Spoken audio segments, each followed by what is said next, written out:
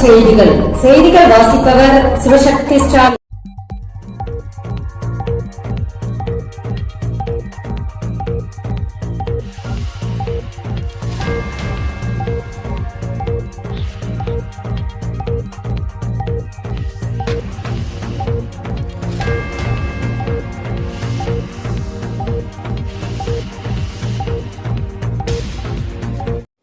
அங்கன்வாடி ஆசிரியர்களுக்கு முக்கிய அறிவிப்பு வெளியீடு. அங்கன்வாடிகளில் பணியாற்றும் தற்காலிக ஆசிரியர்களுக்கு மாதந்தோறும் முதல் தேதியில் ஊதியம் வழங்க தொடக்க கல்வித்துறை அறிவுறுத்தியுள்ளன. இது தொடர்பான சுற்றறிக்கையில் ஆசிரியர்களுக்கு காலதாமதம் இல்லாமல் ஊதியம் வழங்கப்படுவதை மாவட்ட கல்வி அலுவலர்கள் ஆய்வு செய்ய வேண்டும் என தெரிவிக்கப்பட்டுள்ளன. தற்காலிக ஆசிரியர்கள் மாதம் ஒரு நாள் தற்செயல் விடுப்பு எடுக்கவும் அனுமதிக்க வழங்கப்பட்டுள்ளன.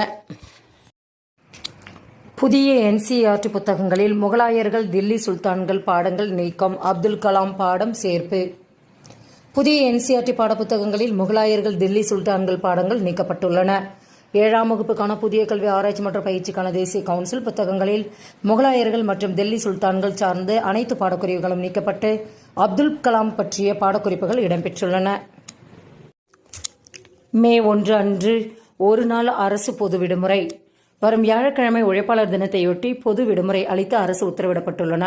பள்ளி கல்லூரிகளுக்கு ஏற்கனவே கோடை விடுமுறை தொடங்கிய நிலையில் மே 1ஆம் தேதி அனைத்து அரசு அலுவலர்களுக்கும் விடுமுறை அளிக்கப்படுகிறது. குரூப் 4 தேர்வு 5வது கட்ட கலந்தாய்வு பட்டியல் வெளியீடு.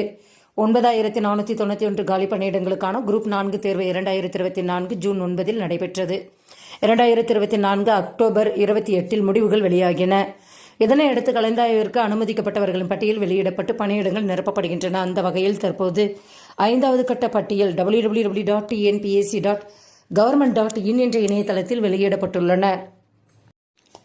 QR கோடை கண்டுபிடித்தவரை பற்றி தெரியுமா? டிஜிட்டல் உலகின் புரட்சிக்கு காரணமான QR கோடை கண்டுபிடித்தவர் ஜப்பானின் மாசாஹிரோ ஹரா என்பவர். கார் கம்பெனியில் வேலை பார்த்த இவர் கார் உதிரிகள் குறித்த தகவல்களை கூடுதலாக சேமிக்க வடிவமைத்ததே QR கோட். ஜப்பானின் ஜிஓ என்ற போர்ட் கேமின் டிசைன் தான் இவருக்கு இன்ஸ்பிரேஷன்.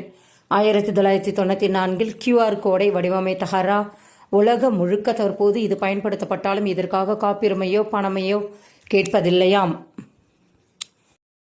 செய்திகள் நிறைவடைந்தன. வணக்கம்.